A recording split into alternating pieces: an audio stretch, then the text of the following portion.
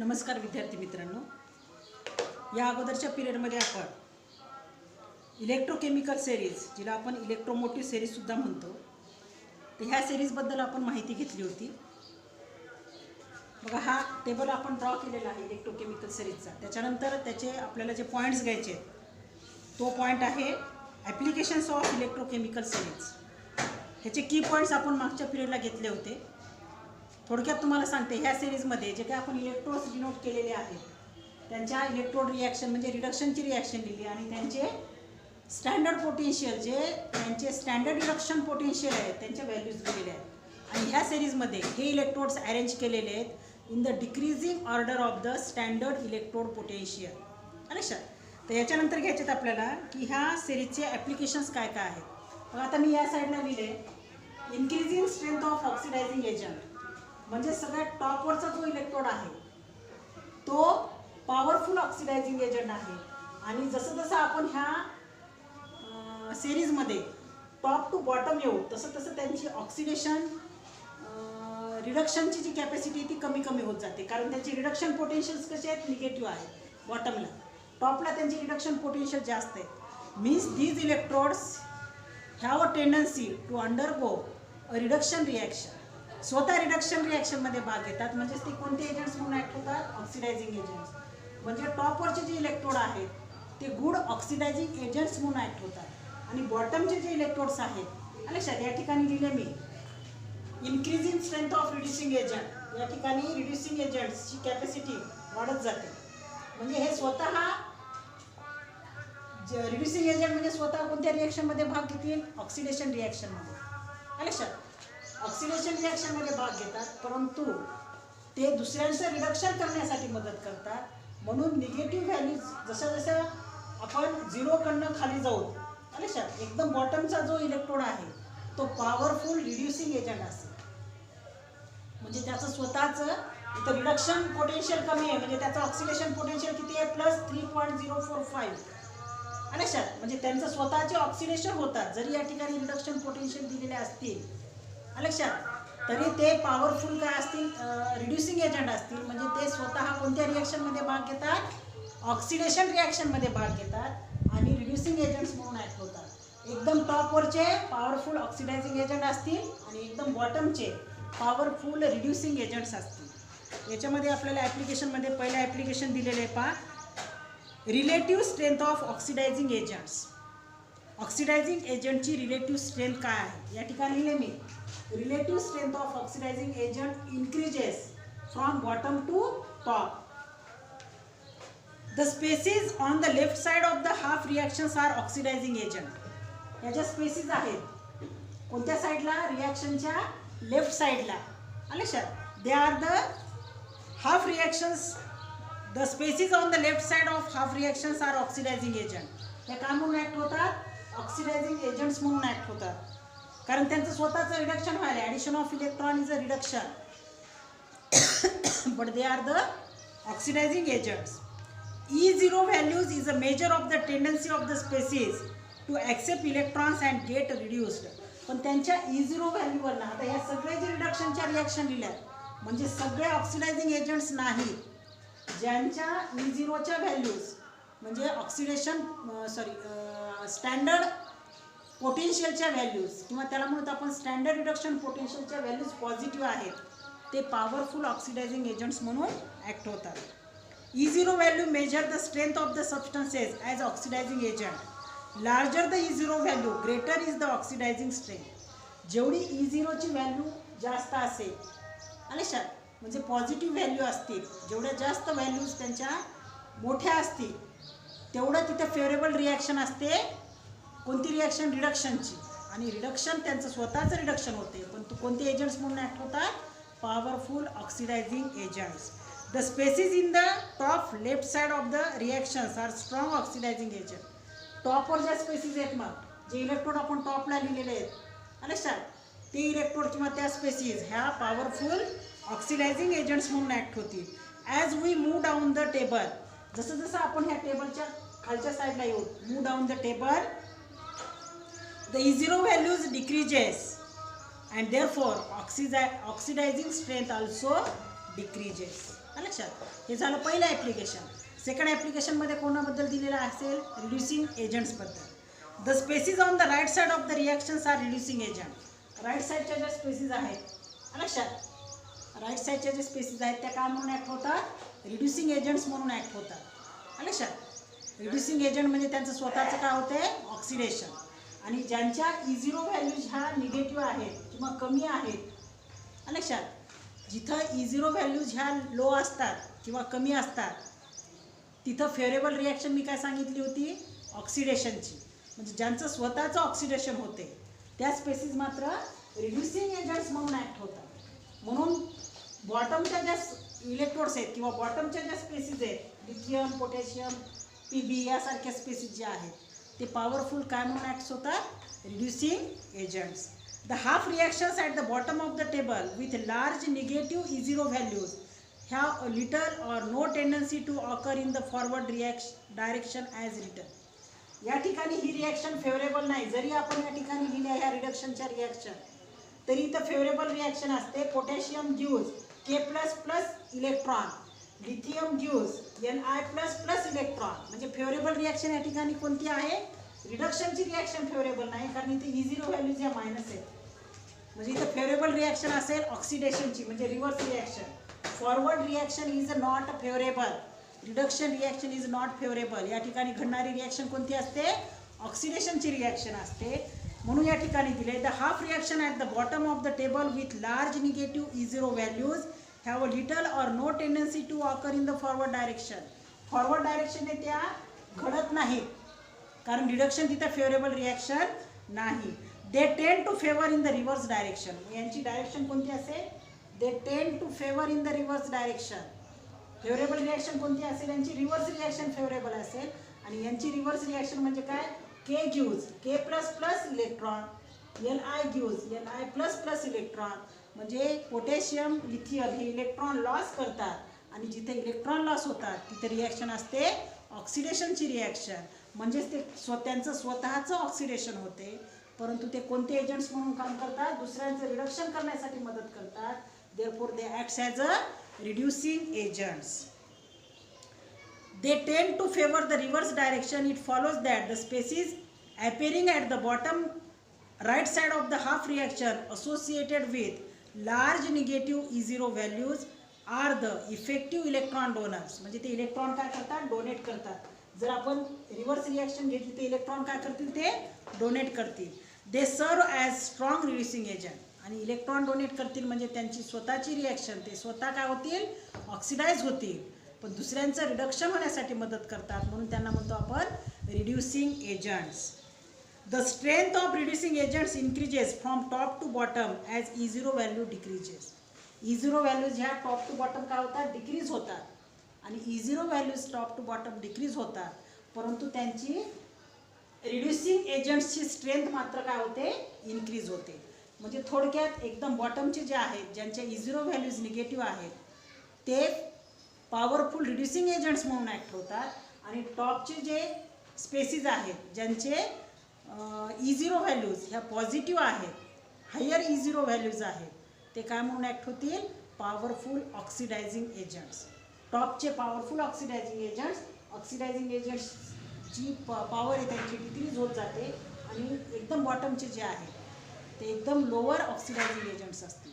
आणि reducing agent टॉपचे एकदम काय असतील, लोअर त्यांची इन्क्रीजिंग स्ट्रेंथ जी आहे रिड्युसिंग एजंटची ही टॉप टू बॉटम काय होत जाते, इन्क्रीज होत जाते. परंतु एकदम टॉपवरचे जे आहेत त्यांची रिड्युसिंग एजंट्सची जी पॉवर आहे ती कशी असते, कमी असते, कारण तिथे फेवरेबल रिॲक्शन आहे रिडक्शनची. म्हणून ते पॉवरफुल ऑक्सिडायझिंग एजंट असतील. आणि बॉटमचे जे इलेक्ट्रोड्स दाखवले, ज्या स्पेसिस दाखवल्या तिथं पॉवरफुल रिॲक्शन असेल ऑक्सिडेशनची, म्हणजे ते पॉवरफुल काय असतील, रिड्युसिंग एजंट्स. लक्षात. तर याचे 2 ॲप्लिकेशन झालेत. आणि तिसऱ्या ॲप्लिकेशनमध्ये दिले तुम्हाला स्पॉन्टॅनिटी ऑफ रेडॉक्स रिॲक्शन. सेलमध्ये घडणाऱ्या ज्या ऑक्सिडेशन आणि रिडक्शन रिॲक्शन आहेत ज्यांचं कॉम्बिनेशन करून आपण रेडॉक्स रिॲक्शन करतो, पण ती रेडॉक्स रिॲक्शन स्पॉन्टॅनियस आहे का नॉन स्पॉन्टॅनियस आहे हे आपण कसं कॅल्क्युलेट करणार. तर याच्यामध्ये कोणतेही 2 इलेक्ट्रोड कनेक्ट करायचे. एक पॉझिटिव्हवाला घेतला, समजा तुम्ही E0 व्हॅल्यू ज्याची पॉझिटिव्ह आहे, आणि एक निगेटिव्हवाला घेतला, दोघांना कनेक्ट केला आपण. तर एका ठिकाणी एका इलेक्ट्रोजवळ ऑक्सिडेशन घडेल, दुसऱ्या इलेक्ट्रोजवळ रिडक्शन घडेल. ज्याची E0 व्हॅल्यूज ही हायर असेल त्या ठिकाणी रिडक्शन घडेल, ज्याची E0 व्हॅल्यूज त्याच्यापेक्षा कमी असेल तिथं ऑक्सिडेशन होईल. असं नाही की एकाचं निगेटिव्ह आणि एकाचं पॉझिटिव्ह असेल. दोघांचेही तुम्ही ऑक्सिडेशन पोटेन्शियल निगेटिव्ह घेऊ शकता, दोघांचे ऑक्सिडेशन पोटेन्शियल पॉझिटिव्ह घेऊ शकता. पण एक इलेक्ट्रोड असा घ्या ज्याचं ऑक्सिडेशन पोटेन्शियल समजा +3.1 आहे, आणि एक असा इलेक्ट्रोड घ्या ज्याचं पोटेन्शियलची व्हॅल्यू रिडक्शन पोटेन्शियलची व्हॅल्यू ही +2.1 आहे. एकाचं +3.1 आहे, एकाचं +2.1 आहे. म्हणजे एकाचं E0 व्हॅल्यू जास्त आहे, एकाची E0 व्हॅल्यूज कमी आहे. ह्या दोघांना जरी आपण कनेक्ट केलं तरी ज्या ठिकाणी E0 व्हॅल्यू हायर आहे त्याचं रिडक्शन होईल, आणि ज्या ठिकाणी E0 व्हॅल्यू कमी आहे +2.1 आहे, +3.1 ज्याचं E0 व्हॅल्यू आहे त्याचं काय होईल, रिडक्शन होईल. आणि +2.1 ज्याची E0 व्हॅल्यू आहे त्याचं काय होईल, ऑक्सिडेशन होईल. असेही दोन इलेक्ट्रोड आपण कनेक्ट करू शकतो. आलं लक्षात? म्हणजे असे दोन इलेक्ट्रोड कनेक्ट करा ज्याची एकाची E0 व्हॅल्यूज ही दुसऱ्यापेक्षा जास्त असली पाहिजे. आलं लक्षात? तेव्हा आपण सेल तयार करतो. पण त्यांच्या व्हॅल्यूजवरनं, आलं लक्षात, त्यांच्या ऑक्सिडेशन E0 व्हॅल्यूजवरनं जेव्हा आपण सेलचं पोटेन्शियल काढतो, ते सेलचं पोटेन्शियल काढल्यानंतर जर ते पॉझिटिव्ह येत असेल तर त्या सेलमध्ये घडणारी रिॲक्शन ही असते स्पॉन्टेनियस. आणि ती जर व्हॅल्यू निगेटिव्ह येत असेल तर त्या ठिकाणी घडणारी रिॲक्शन असते नॉन स्पॉन्टेनियस. इथं तुम्हाला एक एक्झाम्पल घेऊन दाखवले. एवढं मोठं याच्यात डिस्क्रिप्शन लिहायची सुद्धा गरज नाही. कन्सिडर द एक्झाम्पल असं लिहून सुद्धा तुम्ही त्या ठिकाणी एखाद्या सेलमध्ये घडणाऱ्या रिॲक्शन या स्पॉन्टेनियस आहेत का नॉन स्पॉन्टेनियस आहेत हे सांगू शकता. याच्यामध्ये तुम्हाला सेल दिलेले आहे बघा. At standard condition would Ag+ ions oxidize the metallic magnesium? To answer this question, first we write the oxidation of Mg by Ag+ ions. लक्षात? या ठिकाणी तुम्हाला एक क्वेश्चन दिलेला आहे, त्या क्वेश्चनचा आन्सर काढायचा आपल्याला आणि त्याच्यावर सांगायचं की रिॲक्शन स्पॉन्टेनियस आहे का नॉन स्पॉन्टेनियस आहे. या ठिकाणी तुम्हाला Ag+ इलेक्ट्रोडमुळं Mg2+ इलेक्ट्रोडचं ऑक्सिडेशन होईल का नाही असं विचारले तुम्हाला. would Ag+ ions oxidize the metallic magnesium? Metallic मॅग्नेशियमचं Ag+ आयन्समुळे रिडक्शन होईल का नाही असा प्रश्न विचारलेला आहे. आणि त्या प्रश्नाचं उत्तर आपल्याला काढायचे. त्यासाठी आपल्याला काय लिहायचे, त्याच्या सेल रिॲक्शन्स द्यायच्या. लक्षात? ज्या की तुम्हाला पुस्तकात ऑलरेडी दिलेल्या आहेत, पण त्या ठिकाणी आपण त्या समजून घ्यायचे सेल रिॲक्शन्स कशा पद्धतीने दिलेले आहेत. कारण ॲप्लिकेशन्स जर विचारले तुम्हाला तर या ठिकाणी तुम्हाला ॲप्लिकेशन्स लिहावे लागतात. लक्षात? प्रश्न जर 3 किंवा 4 मार्कांना विचारला तर ॲप्लिकेशनचा पॉईंट घ्यावा लागतो. पहिले 2 ॲप्लिकेशन सोपे आहेत. लक्षात? ऑक्सिडायझिंग एजंट, रिड्युसिंग एजंट, या ठिकाणी 2 ॲप्लिकेशन सोपे आहेत. थोडं थांबले क्लास घ्यायला.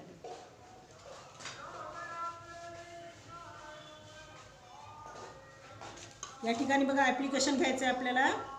Mg solid, it gives Mg2+ ions +2 electron, and 2 Ag+ aqueous, it accepts 2 electron and gives 2 Ag. लक्षात? तर या ठिकाणी ही रिॲक्शन आहे बघा. Mg solid, it gives Mg2+ ions +2 electrons and 2 Ag+ ions aqueous, it accepts 2 electrons and gives 2 Ag solid. अशी reaction दिलेली आहे तुम्हाला. तर ह्या रिॲक्शनमध्ये तुम्हाला ही ओव्हरऑल जर रिॲक्शन घेतली आपण तर ओव्हरऑल रिॲक्शनमध्ये आपल्याला याचे 2 इलेक्ट्रॉन्स कॅन्सल होतील. म्हणजे ओव्हरऑल रिॲक्शन काय मिळेल, Mg solid plus 2 Ag+ aqueous, it gives Mg2+ aqueous plus 2 Ag solid. लक्षात? या ठिकाणी पहा Mg solid plus 2 Ag+, it gives Mg2+ aqueous plus 2 Ag solid. तर या ठिकाणी ह्या रिॲक्शनमध्ये आपल्याला काय दिसते, ह्या रिॲक्शनमध्ये कोणाची ऑक्सिडेशन स्टेट कमी होते, कोणाची वाढते. Mg solid to Mg2+ oxidation state वाढली म्हणजे याचं काय होते, ऑक्सिडेशन. आणि या ठिकाणी काय होईल, रिडक्शन. बरोबर आहे? याचं ऑक्सिडेशन होईल, या ठिकाणी याचं रिडक्शन होईल. म्हणजे Mg सॉलिडचं Mg2+ मध्ये कन्वर्शन झालं, ऑक्सिडेशन स्टेट वाढली, ऑक्सिडेशन Ag+ ची 2Ag सॉलिड ऑक्सिडेशन स्टेट कमी झाली, याचं होईल रिडक्शन. या ठिकाणी तुम्हाला काय करायचं मग, कोणाचं ऑक्सिडेशन होते, कोणाचं रिडक्शन होते, आणि इलेक्ट्रोकेमिकल सिरीजवरनं E0Mg ची व्हॅल्यू किती आहे आणि E0Ag ची व्हॅल्यू किती आहे हे आपल्याला आपण इलेक्ट्रोकेमिकल सिरीजवरनं सांगू शकतो. E0Mg ची व्हॅल्यू आहे -2.37 व्होल्ट आणि E0Ag ची व्हॅल्यू आहे 0.8 व्होल्ट. आता ह्या व्हॅल्यूजवरनं सुद्धा आपण सांगू शकतो की पॉझिटिव्ह व्हॅल्यू आहे, लक्षात, पॉझिटिव्ह E0 व्हॅल्यू आहे, म्हणजे याचं काय होत असेल, या इलेक्ट्रोडचं रिडक्शन, या इलेक्ट्रोडजवळ घडणारी रिॲक्शन कोणती असेल, रिडक्शनची, आणि इथं मायनस व्हॅल्यू आहे जी कमी आहे E0 व्हॅल्यू, ह्याचं होत असेल ऑक्सिडेशन. पण आपल्याला जेव्हा E0 सेल काढतो आपण, लक्षात, E0 सेल काढताना काय फॉर्म्युला आपल्याकडे, E0 cell is equal to E0Ag minus E0Mg, बरोबर आहे. कॅथोड अगोदर घ्यायचा आहे आणि ॲनोड नंतर घ्यायचा आहे. तर या ठिकाणी E0Ag काय आहे 0.8 मायनस इन ब्रॅकेट मायनस 2.37, तर हे काय होईल 0.8 प्लस 2.37, ह्याची बेरीज किती येईल आपल्याला, ती पॉझिटिव्ह व्हॅल्यू मिळेल, ती आहे 3.17 व्होल्ट. काय नाही म्हणजे इथं कोणतं साईन आहे, पॉझिटिव्ह साईन आहे. मी तुम्हाला पहिलंच सांगितलं, जेव्हा आपण E0 सेल काढतो, त्या सेलचं पोटेन्शियल काढतो, त्या सेलचं जेव्हा EMF ची व्हॅल्यू काढतो, ती जर व्हॅल्यू पॉझिटिव्ह येत असेल तर त्या सेलमध्ये घडणाऱ्या रिॲक्शन्स कशा असतील, स्पॉन्टेनियस रिॲक्शन. या ठिकाणी दिले तुम्हाला EMF being positive, the cell reaction is spontaneous, the Ag+ ions oxidise the metallic magnesium. या ठिकाणी याचं Ag+ काय आहे, याचं स्वतःचं रिडक्शन होते, म्हणजे तो कोणता एजंट म्हणून ॲक्ट होतो, ऑक्सिडायझिंग एजंट, लक्षात, आणि तो ऑक्सिडायझिंग एजंट म्हणून ॲक्ट होत असेल तर तो Mg मेटलचं काय करेल Mg मेटलचं याचं स्वतःचं रिडक्शन व्हायला आहे, Mg मेटलचं तो काय करेल, ऑक्सिडेशन करेल. म्हणजे या ठिकाणी Ag+ ions are capable to oxidise the metallic magnesium, लक्षात, आणि त्या सेलमध्ये घडणारी रिॲक्शन कोणती असेल, स्पॉन्टेनियस. त्याच्यानंतर जनरल रूल्स दिलेत बघा तुम्हाला दोन खाली. Number 1, an oxidizing agents can oxidize any reducing agent that appears below it. कोणताही ऑक्सिडायझिंग एजंट जो आहे तो ऑक्सिडाइज करू शकतो any reducing agent that appears below it. बघा आता टॉपवर जे आहेत त्यांना ऑक्सिडायझिंग एजंट म्हणले, पण त्याच्या खाली जे इलेक्ट्रोड्स दाखवलेले आहेत त्या कोणत्याही इलेक्ट्रोडचं म्हणजे रिड्युसिंग एजंटचं त्याच्या खाली जे आहेत ते सगळे रिड्युसिंग एजंट. तो जर पॉवरफुल ऑक्सिडायझिंग एजंट असेल तर त्याच्या खालचे सगळे रिड्युसिंग एजंट असतील, कारण E0 व्हॅल्यूज त्याच्यापेक्षा कशा असतील, कमी असतील, लक्षात. त्याच्या खालचे जे काही रिड्युसिंग एजंट्स असतील त्यांचं तो ऑक्सिडेशन करू शकतो. And the reducing agent appearing above it. आणि एखादा इलेक्ट्रोड घेतला ज्याचं E0 ची व्हॅल्यू ही कमी आहे, म्हणजे त्याचं स्वतःचं ऑक्सिडेशन होईल, पण त्याच्या वरचे इलेक्ट्रोड आपण पॉझिटिव्हवाले घेतले तर त्याचं तो काय करेल, त्याचं स्वतःचं काय होईल, ऑक्सिडेशन, पण वरच्यांचं तो काय करेल, रिडक्शन करेल, म्हणजे तो काय म्हणून ॲक्ट होईल या ठिकाणी, reducing agent. And can not oxidize the reducing agent appearing above it in the electrochemical cells. बघा एखादा असा आपण B हा इलेक्ट्रोड असा घेतला समजा, फॉर एक्झाम्पल एक कॉमन इलेक्ट्रोड घेतो आपण, नाव आता त्याचं काही इथे या ठिकाणी लिहून आहे आपण. समजा हा B इलेक्ट्रोड घेतला, याची E0 ची व्हॅल्यू ही समजा आहे +3.8 आणि A हा इलेक्ट्रोड आहे त्याच्यावरचा ज्याची E0 ची व्हॅल्यू आहे +4.8 आणि त्याच्या खाली इलेक्ट्रोड आहे C इलेक्ट्रोड ज्याची E0 ची व्हॅल्यू आहे +2.8. प्लसच व्हॅल्यूज घेतल्यात मी या ठिकाणी. समजा हा इलेक्ट्रोड आहे, हा इलेक्ट्रोड त्याच्याबद्दल आपल्याला माहिती दिली. अँड ऑक्सिडायझिंग एजंट कॅन, समजा हा पॉझिटिव्ह आहे म्हणजे हा ऑक्सिडायझिंग एजंट आहे, बरोबर आहे. And oxidising agent can oxidize any reducing agent. याच्या खाली हा आहे म्हणजे या ठिकाणी याच्यापेक्षा याचं E0 ची व्हॅल्यू कमी आहे, बरोबर आहे. याच्या खालचा जो हा आहे याचं तो काय करू शकतो, ऑक्सिडेशन करू शकतो. Oxidizing agent can oxidize any reducing agent that appears below it. त्याच्या खालच्याचं तो काय करणार, ऑक्सिडेशन करणार, पण त्याच्या वरचा जो आहे E0 व्हॅल्यू ज्याची जास्त आहे, त्याच्या वरचा जो आहे त्याची E0 व्हॅल्यू जास्त आहे, त्याचं मात्र तो काय करू शकणार नाही, ऑक्सिडेशन करू शकणार नाही. कारण याचं काय होणार, इथं फेवरेबल रिॲक्शन काय असेल, रिडक्शनची रिॲक्शन असेल, कारण इथे E0 व्हॅल्यू जास्त आहे. म्हणजे हा इलेक्ट्रोड असा इलेक्ट्रोड आहे, त्याच्या खालच्या इलेक्ट्रोडचं तो काय करू शकतो, ऑक्सिडेशन, पण त्याच्या अबो इलेक्ट्रोड जो आहे त्याचं तो ऑक्सिडेशन करू शकत नाही, कारण तिथं फेवरेबल रिॲक्शन कोणती असेल, रिडक्शनची. आलं लक्षात. And reducing agent can reduce the oxidizing agent located above it in the electrochemical cell. Reducing agent can reduce the oxidizing agent located above it in the electrochemical cell. पण एखादा reducing agent असेल,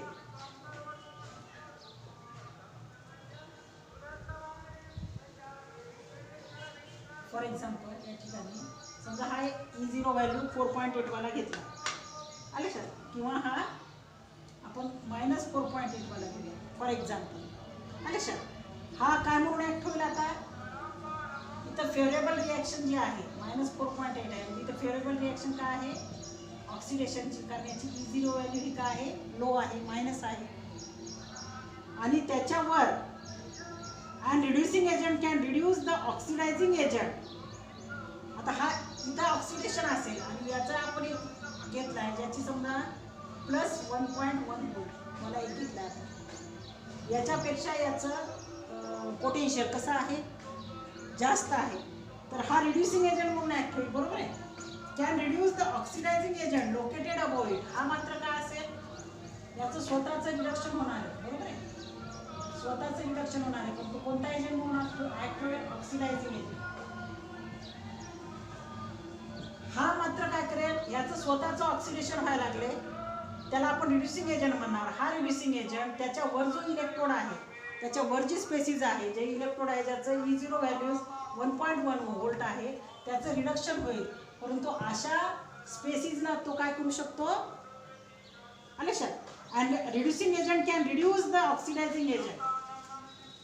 Reducing agent can oxidizing agent ला तो काय करू शकतो, reduce करू शकतो. त्याच्या वर असणाऱ्या इलेक्ट्रोडला जरी त्याचं स्वतःचं रिडक्शन होत असेल तरी त्या ठिकाणी त्या ऑक्सिडायझिंग एजंटचं, हा याचं स्वतःचं रिडक्शन व्हायला, पण तो कोणता एजंट आहे, ऑक्सिडायझिंग एजंट. आले सर. मग एखादा रिड्युसिंग एजंट त्याच्या वर असणाऱ्या एखाद्या ऑक्सिडायझिंग एजंटचं काय करू शकतो, रिडक्शन करू शकतो, परंतु ऑक्सिडेशन करू शकत नाही. आले सर. तर हे पॉईंट या ठिकाणी तुम्हाला 2 दिलेले आहेत, ते 2 पॉईंट. आणि मी तुम्हाला मागच्या पिरियडमध्ये सांगितलं होतं, पेज नंबर 112 वरचा जो पॉईंट आहे 5.10.3 हा पॉईंट डिलीट झालेला नाही सिलेबसमधनं, आणि 5.10.4 हा सुद्धा पॉईंट सिलेबसमधनं डिलीट झालेला नाही. तर तो जो पॉईंट आहे बघा 5.10.3 निकेल कॅडमियम और निकॅड स्टोरेज, NiCad. Ni हा कशासाठी सिम्बॉल वापरला आहे, निकेलसाठी, आणि Cad म्हणजे कॅडमियमचा जो आपण फॉर्म्युला लिहितो ना, Cad कॅडमियम, तर त्या कॅडमियमसाठी Cad वापरला आहे, त्याला निकॅड सेल सुद्धा म्हणतात. Nickel cadmium cell, that is the point number 5.10.3. 5.10.3 NiCd nickel cadmium storage cell. आता या ठिकाणी याची डायग्राम वगैरे काय दिलेली नाही बघा, किंवा त्यालाच म्हणतो आपण NiCad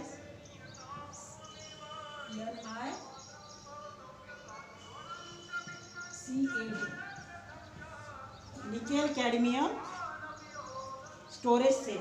आय कॅपिटल्स काढले, स्पेलिंग घेतले बघा, निकेल NiCKEL निकेल, आणि कॅडमियम CADMIUM कॅडमियम. तर ह्याला कसं कंबाईन केलं आहे, निकेलमध्ये Ni आणि कॅडमियममध्ये CAD, त्याला निकॅड सेल म्हणतो. आले सर. तर ही सेल जी आहे ती सेल आपल्याला शॉर्टमध्ये एखाद्या वेळेस विचारू शकतात. ही जी निकेल कॅडमियम सेल आहे it is the secondary dry cell. ही सेकंडरी सेल आहे. In other words it is a dry cell that can be recharge. या सेलला आपण काय करू शकतो, सेकंडरी सेल असल्यामुळे या सेलला आपण काय करू शकतो, recharge. Primary voltaic cell, secondary voltaic cell घेतले आपण. तर सेकंडरी सेल जे असतात त्यांना आपण काय करू शकतो, रिचार्ज करू शकतो, म्हणजे त्यामधल्या रिॲक्शन आपण रिव्हर्स करू शकतो. Anode of the nicad storage cell is cadmium metal. Cadmium metal म्हणजे सीडी मेटल. या ठिकाणी कॅडमियम मेटल जो आहे तो काय म्हणून ॲक्ट होईल, ॲनोड इलेक्ट्रोड म्हणून ॲक्ट होईल. Cadmium metal that is acts as a anode. The cathode is nickel 4 oxide Ni2O supported on Ni. The electrolyte solution is basic. बघा, the cathode is nickel आणि कॅथोड म्हणून काय act होईल या ठिकाणी, cathode is nickel 4 म्हणजे NiCKEl nickel 4. आता हे 4 जे लिहिलेलं आहे ही त्याची ऑक्सिडेशन स्टेट असते. लक्षात, 4 जे आपण कंसात लिहितो ना ब्रॅकेटमध्ये, ती त्याची ऑक्सिडेशन स्टेट असते. Nickel 4 oxide, nickel 4 oxide formula is NiO2. That NiO2 supported on Ni. NiO2 supported on Ni. Ni वर काय आहे, याचं कवरिंग आहे, NiO2चं कोटिंग आहे, सॉरी कवरिंग नाही, Ni ह्या इलेक्ट्रोडवर NiO2चं काय केलेलं आहे, कोटिंग केलेलं असेल, त्याला म्हणतो आपण nickel oxide supported on Ni. that acts as a cathode supported on Ni, supported on nickel that acts as a cathode electrode. Anode म्हणून काय ॲक्ट होईल, ह्या स्टोरेज सेलमध्ये कॅडमियम मेटल ॲनोड म्हणून ॲक्ट होईल आणि nickel 4 oxide that is NiO2 supported on Ni that acts as a cathode electrode. तर या ठिकाणी ज्या रिॲक्शन घडणार आहेत त्या रिॲक्शन दिलेल्या आहेत. पहा या ठिकाणी cadmium solid plus 2OH minus aqueous, it gives CdOH twice, anodic oxidation plus 2 electron. Reaction कोणती होती या ठिकाणी, मग ॲनोड जवळ ऑक्सिडेशन आणि कॅथोड जवळ रिडक्शन रिॲक्शन होते. त्या रिॲक्शन तुम्हाला दिलेल्या आहेत. त्या रिॲक्शन आहेत cadmium solid 2OH minus aqueous,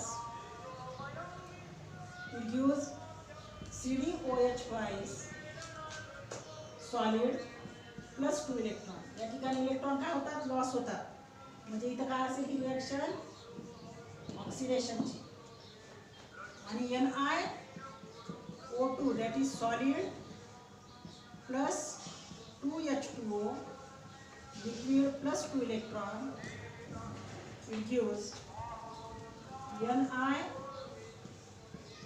NiOH twice solid plus 2OH minus aqueous. ही रिॲक्शन असेल रिडक्शनची रिॲक्शन. आणि ओव्हरऑल रिॲक्शन जी आहे ती रिॲक्शन दिलेली आहे तुम्हाला. या दोघांची बेरीज करा, इलेक्ट्रॉन इलेक्ट्रॉन कॅन्सल होती, काय उरेल CD solid plus 2OH minus reactant साईडला जिथे प्रॉडक्ट साईडला आहे ते सुद्धा कॅन्सल होती. काय उरलं आता या साईडला plus NiO2 solid plus 2H2O liquid gives CdOH twice solid plus NiOH twice solid. That is called redox reaction. The reaction करणार आपण redox reaction. The reaction product at each electrode is solid that adheres to electrode surface.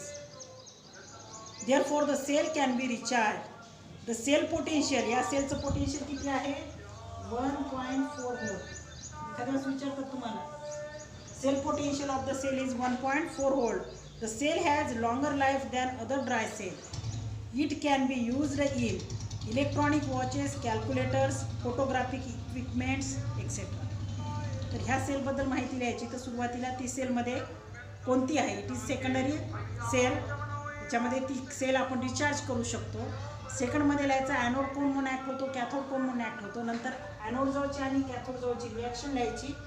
Overall त्याची redox reaction लिहायची, दोघांची बेरीज करून. आणि खाली लिहायचं आहे ह्या सेलचं पोटेन्शियल काय आहे, 1.4 व्होल्ट हे त्याचं पोटेन्शियल आहे. आणि याचा युजेस काय आहेत, या सेलचे युजेस कुठे कुठे करू शकतो आपण, इलेक्ट्रॉनिक वॉचेसमध्ये आपण त्या सेलचा उपयोग करतो, कॅल्क्युलेटर्समध्ये आणि फोटोग्राफिक इक्विपमेंट्समध्ये आपण ह्या सेल्सचे उपयोग करू शकतो. त्याच्यानंतर जी आहे सेल राहिलेली मर्क्युरी सेल किंवा मर्क्युरी बॅटरी आपण ज्याला म्हणू, ते आपण नेक्स्ट पिरियडला घेऊ.